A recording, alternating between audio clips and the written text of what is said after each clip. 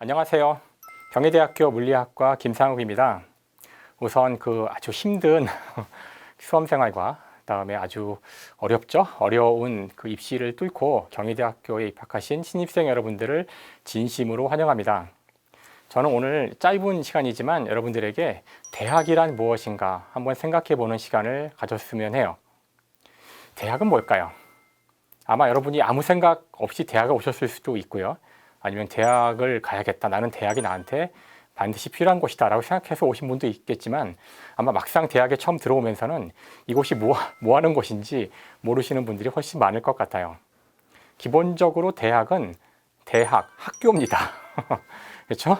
여러분 중학교, 고등학교 다 경험하셨죠? 대학교는 고등학교 다음에 있는 교육기관인 학교죠. 학교는 뭐 하는 곳일까요? 학교는 배우는 곳입니다. 그러니까 대학도 기본적으로는 배우는 곳이죠. 자, 그렇다면 여기서 질문은 우리는 대학에서 그럼 무엇을 배울까 하는 것이 아마 대학은 무엇일까에 대한 가장 정확한 답을 얻기 위한 가장 좋은 질문이 아닐까 싶은데요. 특히 지금같이 이렇게 변화가 빠른 시대에 사람들이 수많은 미래에 대한 이야기를 하면서 야, 이걸 배워야 돼 이런 이야기 많이 하잖아요. 아마도 여러분들이 학교 다닐 때에는 코딩 교육을 공부해야 돼 아니면은 인공지능 공부를 해야 돼 이런 얘기 많이 들으셨을 것 같아요. 즉, 이 굉장히 빠른 변화의 시대에 우리는 무엇을 배워야 하나, 사실 무엇을 배우는지는 여러분이 나중에 어떤 사람이 될 것인가 하고도 직결되어 있는 거죠. 하지만 사실 제가 변화를 대비하기 위해서 무엇을 해야 하는지 이런 질문에 대해서 답을 드리지는 못하고요. 조금 여러분 생각과 다른 이야기를 하려고 해요. 자, 이 그림 보실까요? 자, 지금 보신 그림은 1900년의 사람들이 2000년의 세상을 상상해서 그린 거예요. 바닷속에서 잠수함 같이 생긴 거를 이제 고래가 끌고 있는 그런 모습이잖아요. 지금 보면 어이가 없는 그림이지만 당시 사람들한테는 아주 그럴듯한 상상입니다. 왜냐하면 당시 도시에서 사람들이 무언가를 타고 다닌다면 그건 대부분 마차였거든요. 마차를 타던 시대에 바닷속에 잠수함이 있다면 그것은 어떤 동물이 끌어야 한다는 뜻이겠죠. 그러니까 고래가 잠수함을 끈다는 것은 너무나 자연스러운 상상이고요. 아마 지금 같으면 고래를 키우겠다는 사람들한테 투자를 해야 되고요. 고래 연구소가 있다면 그 연구소에 그 주식을 사야 될지도 몰라요. 제가 하려는 이야기는 여러분이 지금 매일같이 듣고 있는 미래에 대한 모습은 고래가 끄는 잠수함 이야기일 확률이 커요. 정말로 우리가 예측하기 힘들어서 알면은 정말 좋을 그런 정보를 누가 얘기해 주면 그에 대한 대부분 사람들의 반응은 야, 저 사람 미친 거 아닐까? 이런 거란 뜻이죠. 실제 과학기술의 역사에서 미래에 대한 전망이 옳았던 적은 단 한 번도 없었습니다. 거의 없었어요. 예를 들어 2차 세계대전 때 통신이나 각종 전자기기의 피복을 위해서 만들어졌던 폴리에틸렌은 전쟁이 끝나자 민간에 풀리는데요. 바로 그 녀석의 이름이 플라스틱입니다. 플라스틱이 이렇게 민간에 거대하게 쓰일 거라고는 상상도 해본 적이 없어요. 이 플라스틱이란 물질은 2차 세계대전 이전에는 이 지구상에 존재하지 않았던 물질입니다. 하지만 사람들이 플라스틱을 너무 좋아한 나머지 플라스틱이 민간에 풀렸을 그 시점에도 예측 못했던 미래가 오게 되는데 바로 플라스틱으로 세상이 다 뒤덮일 거라는 정말 상상도 못한 미래가 지금 오고 있잖아요. 인터넷이 나와서 널리 쓰기 시작한 1990년대만 해도 인터넷으로 돈을 버는 사람들은 단지 포르노를 인터넷에 올리는 사람밖에 없었어요. 이게 돈이 될 거라고는 상상도 못했죠. 하지만 지금 2020년 현재 전 세계의 가장 중요한 기업들은 다 인터넷 기업입니다. 아마존, 페이스북, 구글은 단지 검색 엔진으로 시작한 작은 회사였어요.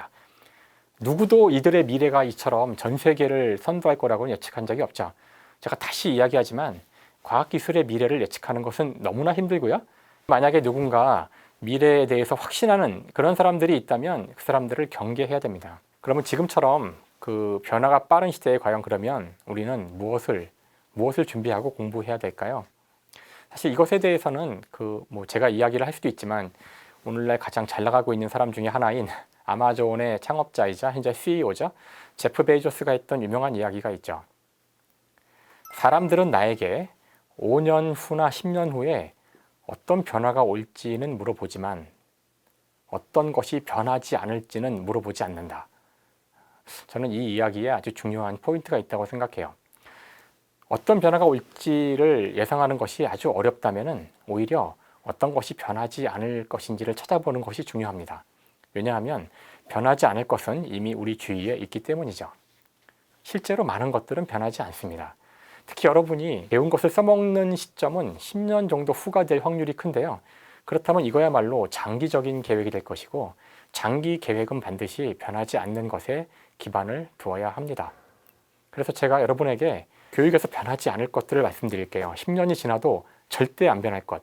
첫 번째, 역사. 안 변합니다. 타임머신 나올 때까지 안 변해요. 철학. 안 변합니다.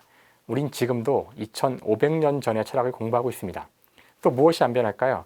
예술. 아무리 세상이 바뀌어도 10년 후, 100년 후에도 인간은 노래를 부르고 그림을 그릴 겁니다. 지금 4차 산업혁명이라는 말이 널리 유행하고 있는데요. 모르죠. 앞으로 5차, 6차, 7차 여러 차례 산업혁명이 올지 모르지만 1차부터 지금까지 수많은 산업혁명은 언제나 수학과 과학에 기반을 두었습니다. 특히나 물리에 기반을 두었죠. 그래서 지금 이 시점에 인공지능에 의한 새로운 혁명이 오고 있다고 하지만 자, 인공지능은 도대체 누가 연구하고 있을까요? 바로 수학자들이 하고 있습니다. 바로 물리학자들이 하고 있습니다. 그러니까 이렇게 변화가 빠른 시대에는 오히려 여러분들은 변하지 않는 것, 각 분야에서 가장 기초가 되는 것들을 공부해야 한다는 뜻이고요. 이 대학이라는 길다면 길지만 짧다면 짧은 이 기간 동안 가급적 여러분들은 가장 기본이 되는 그런 지식들을 반드시 익히시기 바랍니다. 두 번째는 왜 우리는 배우는 걸까? 즉 배움의 목표는 무엇일까 하는 말씀을 드리고 싶은데요. 인간만 배울까요? 동물은 안 배울까요? 네, 동물도 배웁니다.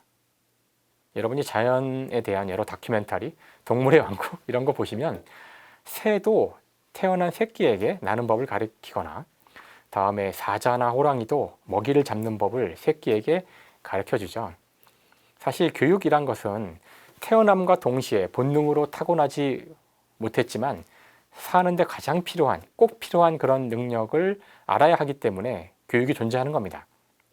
따라서 우리 인간도 동물의 하나니까 여러분들도 다 떠나서 동물들이 배우는 이유와 크게 다르지 않은 이유로 배운다는 것을 알 수가 있는데요. 즉 동물이 배우는 이유는 바로 부모로부터 독립하여 혼자 살기 위함이죠. 따라서 여러분도 행복은 물론 나중에 추구해야 되겠지만 행복에 앞서서 여러분이 교육으로부터 반드시 얻어야 될 것은 바로 독립적으로 살 수 있는 능력이라는 것이죠. 대학에 입학하기 전까지 많은 분들이 아마 독립적으로 살지 못했다면 여기서 독립이란 건 두 가지 의미를 갖는데요.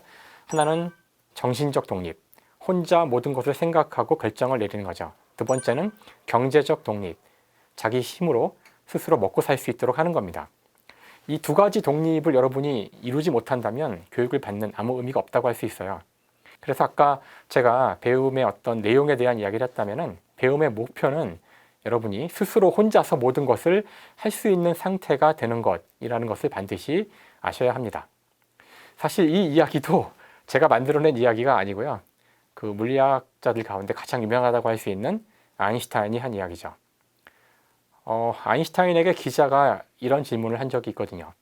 교육의 목표는 무엇일까요? 그러자 아인슈타인이 이렇게 답합니다. 독립적으로 생각하고 행동하지만 공동체를 위하여 일하는 것을 인생의 가장 소중한 업적으로 여기는 개인을 기르는 것. 독립적으로 사는 것이 가장 중요하다고 이미 아인슈타인도 이야기를 했죠. 하지만 아인슈타인은 여기에 하나를 더 덧붙입니다. 되게 미묘한데요. 이 사회를 위해서, 다른 사람들을 위해서 노력하는 그런 일을 소중하다고 알라는 것이라는데요. 이게 참 저는 미묘한 표현이라고 생각해요. 여러분 보고 다른 사람들을 위해, 타인을 위해 살아라 이렇게 얘기할 수도 있었을 텐데 그렇게 이야기하지 않고 그렇게 사는 것을 대단히 소중하다는 것, 그것이 소중하다는 것을 알아라 하고 이야기한 거죠. 아마 여러분도 나중에는 자신이 독립하고 스스로 서게 되면 그 다음은 다른 사람들을 위해서 무언가 해야 합니다. 특히 경희대학교에 들어올 정도의 학생들이라면 이미 사회로부터 많은 것을 받은 사람들이에요. 특히 인간과 같은 사회적 동물은 사회를 떠나 살 수 없습니다. 그렇다면 우리는 모두 사회를 위해서 무언가를 해야 하는데요. 여러 가지 사정으로 못할 수도 있습니다. 정말 나는 사회를 위해 뭔가 희생하고 싶지만 못할 수 있어요. 그렇더라도 누군가 내 옆에서 그런 일을 하고 있다면 그 일은 정말 소중하다는 것, 정말 어려운 일을 하고 있다는 것, 가치 있는 일을 하고 있다는 것은 알아라 하는 뜻이죠. 내가 못하더라도 다른 사람을 격려해 주라는 뜻입니다. 그런 일을 하는 사람을 보고 지나치지 말라는 뜻이죠. 그래서 저는 오늘 여러분께 두 가지를 말씀드렸는데요. 이 두 가지는 대학이란 무엇인가에 대한 답이었어요. 첫 번째는 대학은 배우는 곳입니다. 무엇을 배우느냐? 무엇을 배워야 할까? 바로 변하지 않는 것을 배워야 합니다. 기초적인 내용, 10년, 20년이 지나도 바뀌지 않을 그런 내용들을 대학에서 공부하십시오. 두 번째, 왜 공부를 할까요? 왜냐하면 여러분이 스스로 독립적으로 생각하고 판단하고 행동하는 사람이 되기 위해서입니다. 그리고 그런 독립이 쟁취되었다면 그 다음에는 주위를 둘러보고 다른 사람들을 돕는 사람이 되시길 바라고요. 설사 남을 돕지 못하더라도 그런 돕는 사람이 있다면 그들이 하는 일의 가치를 반드시 인정해주는 그런 사람들이 되기를 바랍니다.